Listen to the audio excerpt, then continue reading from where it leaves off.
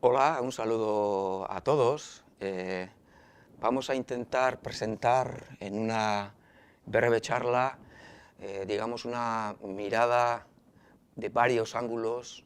concretamente de 12 ángulos diferentes a este mundo contemporáneo, ¿no? Algunas claves para entender el mundo contemporáneo actual, que es un mundo cada vez más complejo y cuya característica resaltable es la aceleración, ¿no? Estamos viviendo en un mundo cada vez más acelerado y cada vez de mayor complejidad, ¿no? Donde parece que seguramente es más difícil que antes comprender el mundo, tener una comprensión amplia de lo que está pasando en el mundo contemporáneo, pero a su vez es seguramente cada vez más importante tener algunas claves, tener algunos elementos para poder hacer una lectura y ubicarse en este mundo tan complejo, ¿no? Es verdad que tenemos, ¿no?, como elementos de análisis ideológicos, por una parte, las ideologías que han estado en boga en el siglo XX, ¿no?, que vienen del siglo XIX, etcétera. Ideologías como la familia de las ideologías liberales, la familia de las ideologías socialistas, el anarquismo, el conservadurismo, pero que seguramente hoy en el siglo XXI, digamos, no agotan una lectura del mundo y más seguramente necesitaríamos, digamos, que fragmentos de esas ideologías, las mejores ideas y ángulos y visiones que tienen esas ideologías para poder ubicarnos y orientarnos en el mundo actual. Pero este mundo actual viene con nuevas preguntas, nuevas dimensiones que estas ideologías muchas veces ni agotan ni comprenden, y seguramente necesitamos de más elementos, como los elementos de las tradiciones de sabiduría, las tradiciones espirituales o religiones, las nuevas herramientas que está dando la ciencia actual para entender el ser humano, etcétera, para poder tener elementos de lectura del mundo actual, ¿no? Pero sin adentrarnos en esos temas ideológicos, vamos a presentar 12 ángulos de visión de este mundo contemporáneo, avisando que vamos a simplificar muchísimo, vamos a tener solo tiempo para dar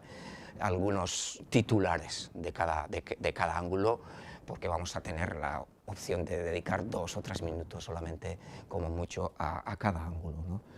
Entonces vamos a pasar un poco a enumerar estos ángulos, ¿no? Por una parte, tendríamos las problemáticas interrogantes sobre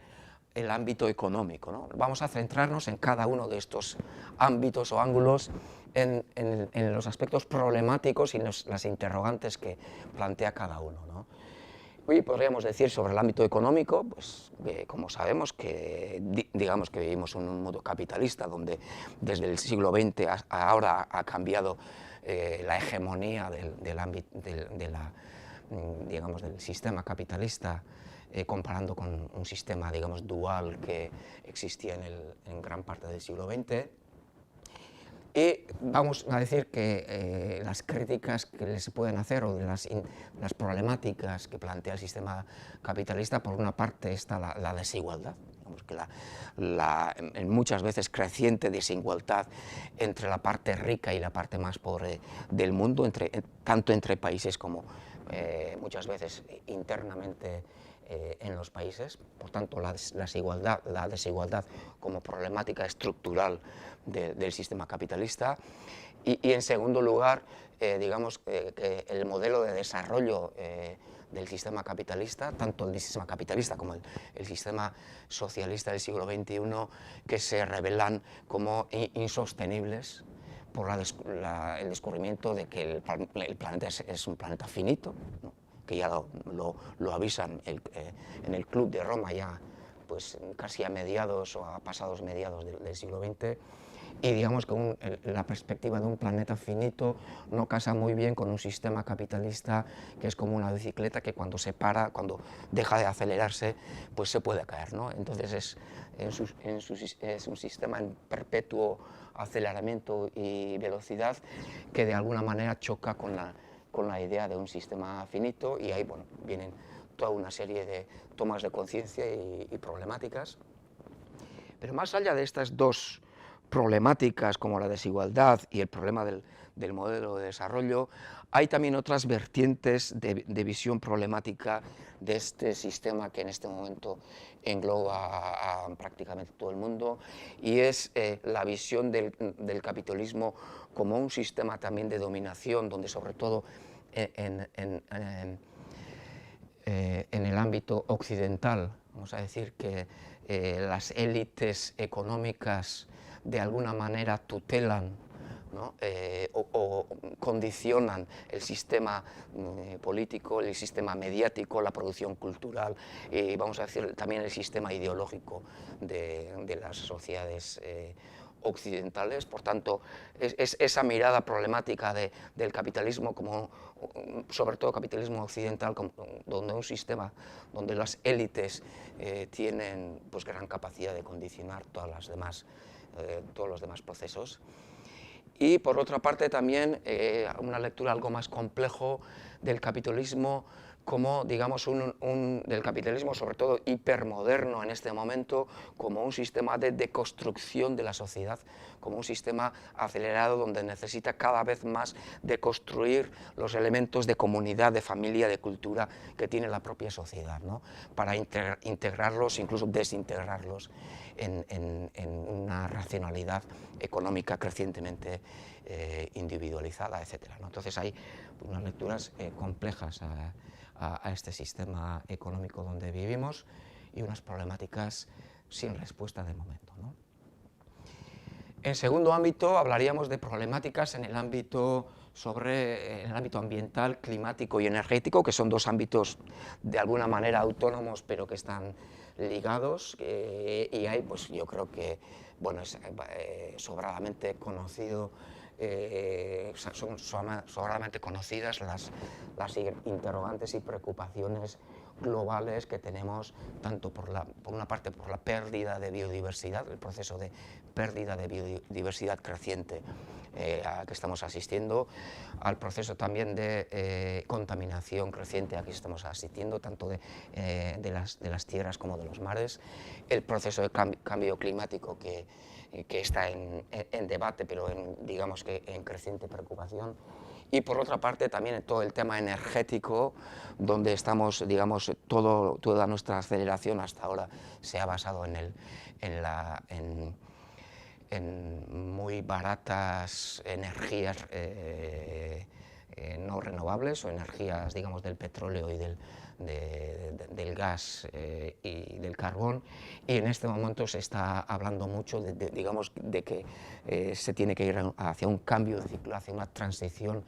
energética, si no queremos abocarnos a una transición, a un cambio traumático en este sentido energético y climático. El tercer ámbito de problemáticas interrogantes sería del ámbito agrícola y alimentario. Podríamos decir que en el siglo XXI, digamos, gran parte de los movimientos críticos del sistema económico ha partido de los movimientos agrarios, de los movimientos campesinos, ¿no? Que son un poco los que han liderado, por ejemplo, en los años 2000, digamos, todo el movimiento de los forios mundiales, etcétera. Y podemos decir que asistimos a una pugna muy desigual, por una parte, entre un planteamiento de la alimentación y de la agricultura muy industrializado y quimicalizado, donde digamos desaparece la cultura campesina y desaparece también toda una serie de saberes, de ligaciones a la tierra y de una alimentación basada bueno, en los conocimientos y en un planteamiento más ecológico, y por otra parte los planteamientos ante ese paradigma que se basan en la soberanía alimentaria, en un planteamiento más ecológico y más o sea, diferente de plantear la alimentación, etcétera, que está de alguna manera emergiendo en distintas partes del mundo y que de alguna manera se contrapone a este paradigma de alimentación y agricultura industrializada y quimicalizada, ¿no? En cuarto lugar, tenemos las problemáticas e interrogantes sobre el ámbito sociocultural y psicológico, ¿no? Podemos decir que cuando antes hemos mencionado, digamos, el sistema capitalista, varios autores están formulando que estamos en un hipercapitalismo, es decir, que la modernidad, más que devenir en posmodernidad como algo que ha superado la modernidad, más bien estaríamos en una exageración de algunos elementos de la modernidad, en una exageración de elementos como el capitalismo como hipercapitalismo, el consumismo como hiperconsumismo, el individualismo como hiperindividualismo y por tanto la modernidad como hipermodernidad, ¿no? Y en esa aceleración de la hipermodernidad,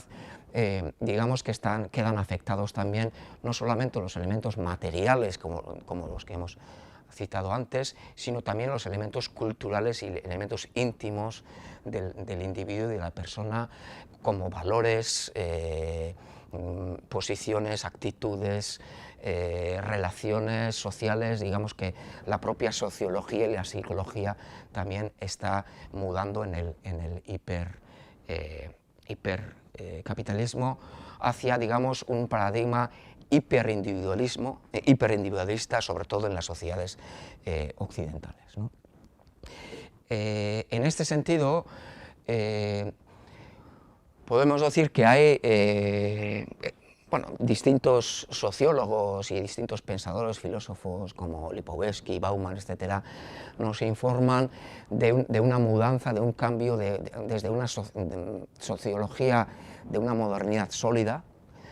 hacia una modernidad más líquida, ¿no? Digamos, es una metáfora que tiene cierto éxito en la lectura actual de este ámbito,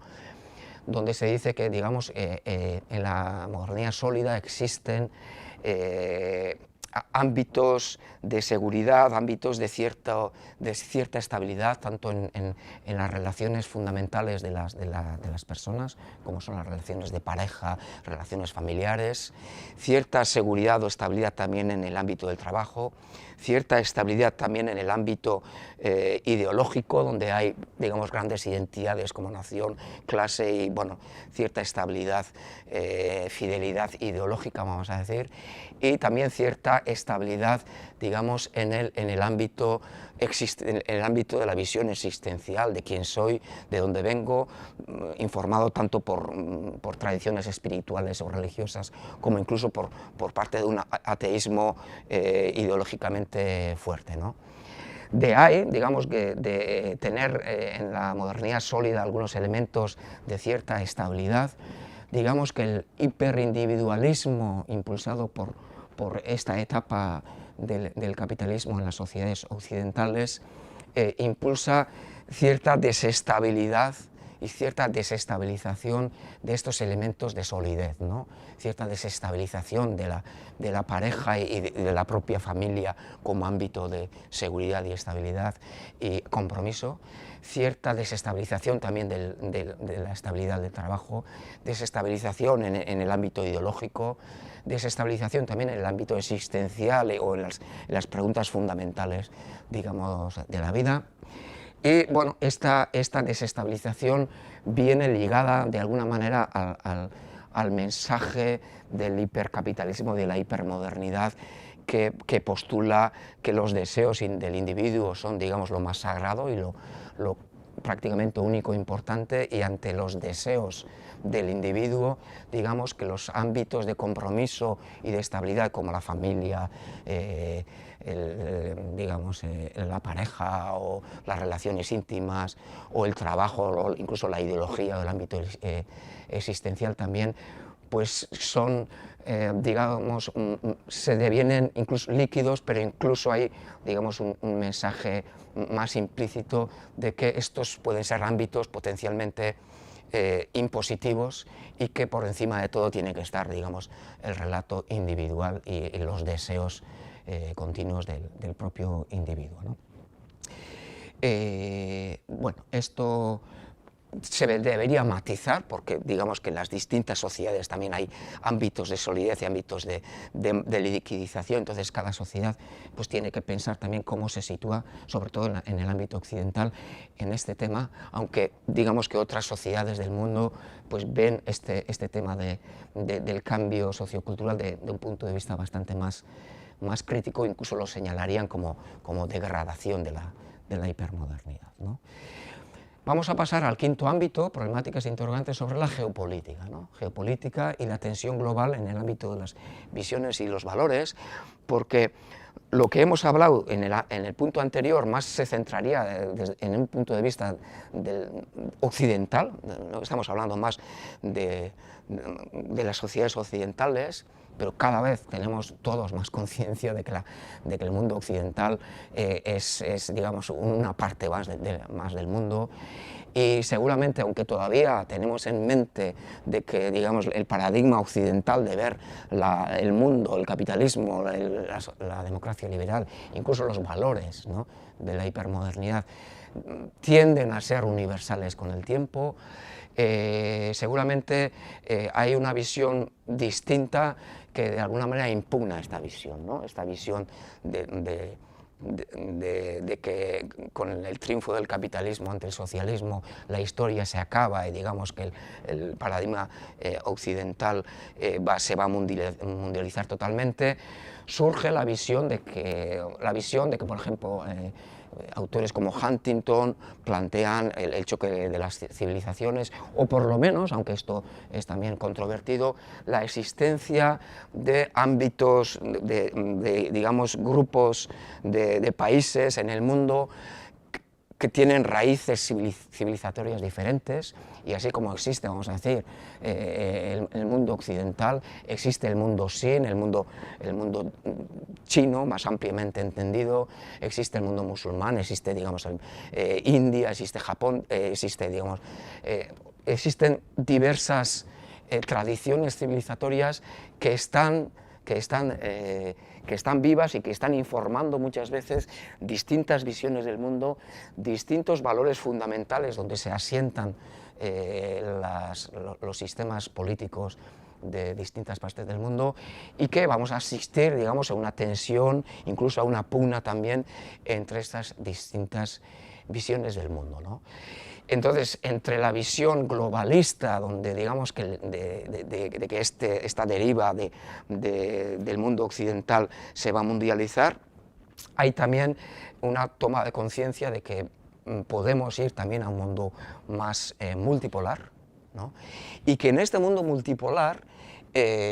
cada polo no comparte, incluso no tiene por qué compartir, pero no comparte exactamente los mismos valores y la misma forma de entender, digamos, lo político, de entender la democracia, si se entiende la democracia como fin, de entender pues, otras muchas cosas, ¿no? Y entre otras cosas para entender este ámbito anterior, ¿no?, del ámbito sociocultural, ¿no? Por ejemplo, desde puntos de vista neoconfucionistas de China, ¿no?, por ejemplo, o Rusia, pueden ver este hiperindividualismo como cierta degradación, donde ellos no quisieran caer, y donde seguramente en su tradición el ámbito comunitario, el ámbito societario tiene más peso, y bueno, vamos a decir que tenemos hay interrogantes muy interesantes e importantes para ver el mundo más allá del etnocentrismo muchas veces occidental que nos informa, ¿no? En sexto lugar están las problemáticas e interrogantes sobre la diversidad lingüístico-cultural. En el mundo existen de 6 a 7.000 lenguas, de 6 a 7.000 comunidades lingüístico-culturales, cada uno con su propia raíz, y no olvidemos que cada lengua finalmente es el resultado de toda una trayectoria de una comunidad con una propia cultura, cosmovisión, una propia forma de entender algunas cosas, no todas, ¿no? y asistimos a una pérdida acelerada también de esta diversidad cultural y lingüística, ¿no? Así como asistíamos en el punto 2 a una pérdida acelerada de biodiversidad, asistimos también a una pérdida acelerada de biodiversidad cultural en todo el mundo, en un proceso que seguramente está ligado a otras cosas de la globalización, ¿no? Entonces, ahí no vamos a alargarnos. En nuestro caso, desde el euskera, somos una de las lenguas minoritarias y minorizadas del mundo que está haciendo un proceso de sanación y un proceso de apuesta de futuro en este mundo globalizado, pero vamos a dejar esto a un lado para pasar al séptimo tema, ¿no? Serían las problemáticas e interrogantes sobre el ámbito de la tecnología, ¿no? Bueno, es bastante obvio que, digamos, en este mundo acelerado, donde la aceleración es una de las principales titulares, un vector de esta aceleración, uno de los vectores importantes de esta aceleración es sin duda el vector tecnológico, donde seguramente las biotecnologías, las tecnologías de la vida, ¿no?, y las tecnologías de la información, las infotecnologías, son dos de los vectores más fundamentales que nos llaman seguramente a interrogantes importantes, tanto por la potencia humanizadora que pueden tener, como por la potencia deshumanizadora y peligrosa también que pueden acarrear, y que seguramente necesitaríamos un salto ético importante para poder estar a la altura de los saltos tecnológicos y de las interrogantes que van a plantear estos ámbitos, ¿no? Y bueno, podemos hablar de inteligencia artificial, podemos hablar de bioética o de biotecnologías, podríamos hablar de robótica, podríamos hablar también de la tecnología en la propia vida cotidiana, del Internet portable, todo lo que cambia en nuestra vida, el Internet portable y las posibles adicciones a las pantallas, el cambio de percepción y de muchas veces cambios neurológicos que puede atraer a caer en los niños, etc. Bueno, ahí tenemos unas interrogantes importantes donde nace un poco la noción de hasta dónde debemos y queremos desarrollar ciertas tecnologías, quién pone el freno, quién está liderando y decidiendo qué tecnologías se deben desarrollar y cuáles no, qué gobernanza mundial podemos tener o deberíamos tener en este ámbito. Esto lo están liderando los gobiernos, lo están liderando las empresas, lo están liderando intereses propiamente académicos. Bueno, hay debates e interrogantes importantes en este ámbito, ¿no? En octavo lugar, hablaríamos de problemáticas e interrogantes sobre el ámbito de la sociedad de la información. Muchas veces se habla de que estamos en la sociedad de la información o sociedad del conocimiento. Hay que matizar mucho, porque sociedad de la información y sociedad del conocimiento no serían la misma cosa, ¿no? Porque una cosa es información y otra es conocimiento, ¿no? Conocimiento, digamos, es algo más elaborado y más consciente, y podríamos afirmar que sí que estamos en la sociedad de la información, pero que seguramente eso no nos lleva necesariamente a un conocimiento mayor, y en algunos casos sí, pero digamos que es problemático. La sociedad de la información es muy problemática, ¿no? Y ahí podríamos hablar por lo menos de dos problemáticas importantes, ¿no? Una sería la saturación, ¿no? Digamos que estamos en un mundo de saturación de la información de todo tipo de fuentes, y está la pregunta de que hasta qué punto esta saturación nos podría incluso dificultar, ¿no?, tener conocimientos formados y conocimientos cocinados a fuego lento, ¿no? Entonces, la saturación propiamente podría ser una problemática. Y la segunda problemática, incluso más fundamental, sería la mediatización, ¿no? Que estamos viviendo en una sociedad mediatizada, donde, digamos, el conocimiento y la información del individuo está mediatizada por unos medios, por todo tipo de medios. Y una pregunta muy importante es quién está detrás de estos medios, ¿no? que seguramente la sociedad occidental podríamos hablar de que tanto las élites económicas y económico-financieras informan en gran parte, ¿no? Están detrás del jabetza, ¿no? Jabetza en euskera sería que están detrás que son dueños, digamos, de los medios, y por otra parte, bueno, también en el ámbito político, ¿no? Entonces, bueno, y ahí tenemos problemáticas también crecientes ligados a estos dos fenómenos de saturación y mediatización que, bueno, que conforman un poco nuestra sociedad, ¿no? Las problemáticas e interrogantes de los debates culturales del ámbito sexual y de género. Aquí tampoco tenemos tiempo para abordar todos los debates culturales, decir algo brevemente sobre el ámbito sexual y de género, diciendo que venimos un poco de una larga tradición de sociedades agrícolas, donde digamos que la polarización de las funciones femeninas y masculinas ha sido muy importante, ha sido una polarización más importante incluso que en etapas anteriores a las sociedades agrícolas, y también muy jerarquizada, ¿no? Y que hoy en las sociedades industriales y postindustriales esa jerarquización, esa división de funciones pierde en gran parte su sentido, y estamos caminando hacia una creciente igualdad, y sobre todo digamos que las oleadas de estos movimientos han hecho hincapié en la igualdad de dignidad, en la igualdad de derechos y la igualdad de oportunidades de los diversos sexos, ¿no? Sería igualdad de dignidad, derechos y oportunidades, ¿no? Otra cosa es que, digamos que en la última oleada hay también otros elementos de cambio antropológico que casan un poco con los valores hipermodernos de construcción de la sociedad, y hay algunas reacciones y debates nuevos, pero digamos que, bueno, hay todo un mundo para debatir, ¿no? En décimo lugar, las problemáticas e interrogantes sobre el trabajo y la cultura empresarial y organizacional, ¿no?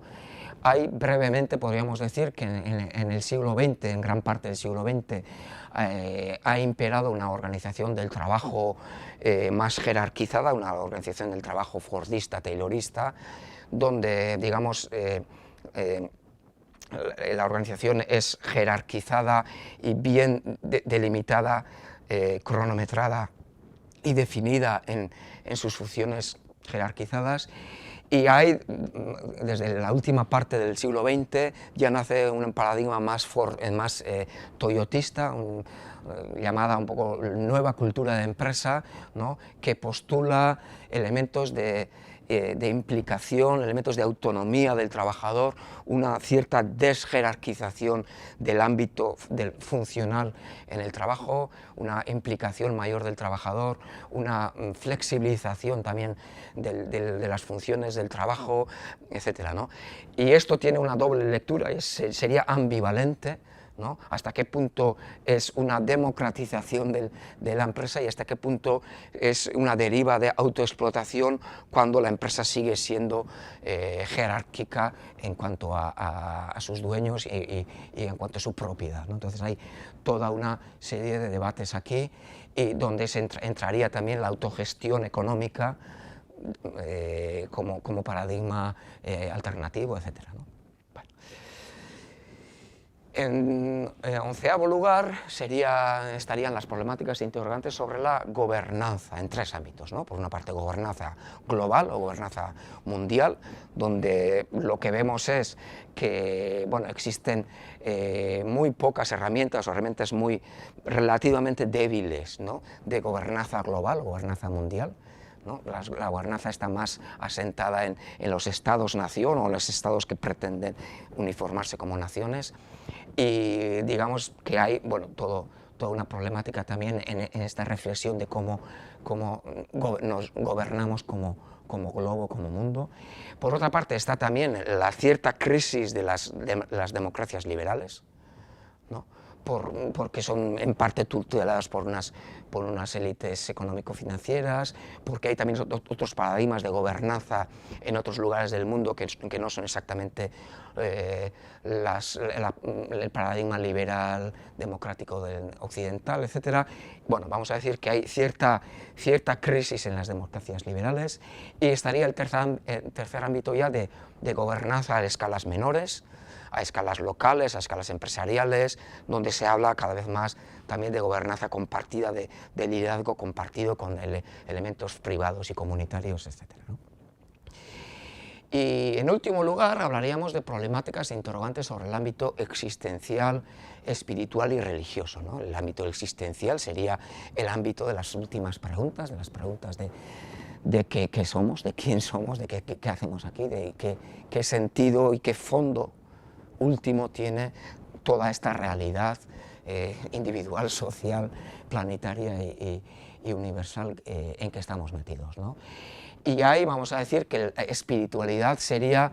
digamos, la práctica que se hace en ese ámbito existencial, la práctica individual y colectiva, ¿no?, que se desarrolla respondiendo a este ámbito existencial constitutivo del ser humano. Y las religiones serían, digamos, las grandes corrientes históricas que articulan esta espiritualidad, porque digamos que el ser humano siempre se articula cultural e históricamente en los grandes ámbitos de la vida. Entonces diríamos que